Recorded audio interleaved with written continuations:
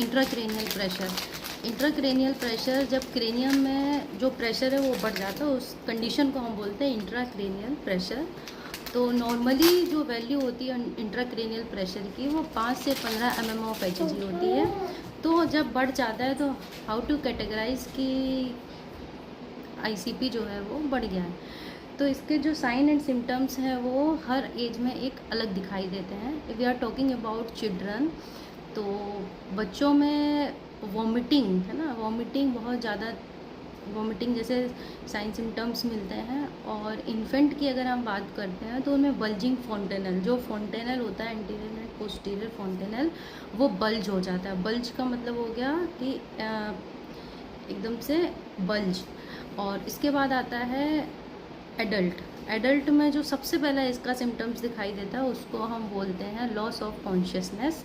Means patient अचानक से अपनी जो कॉन्शियसनेस है, होश है, उसको खो देता है। तो इसके अंतर्गत जब हम देखते हैं तो एक हमें ट्रायंगल देखने को मिलता है जिसको हम एक मेनोमिक्स SBI से याद करते हैं। SBI में जो S होता है इसका मतलब होता है decrease systolic blood pressure and bradycardia और ब्रेडिक्निया और इरेगुलर रेस्पायरेशन। और अगर हम इसके ट्रीटमेंट की बात करते हैं कि अब ICP अब बढ़ गया है तो how to treat the increase level of ICP if it is more than 15 mm of Hg। तो इसमें सबसे पहले हम क्या करते हैं, पेशेंट को न्यूट्रल पोजीशन देनी है और we have to provide head elevation position to the patient.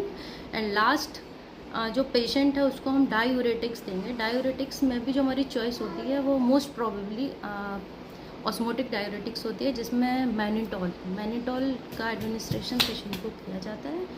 Thank you.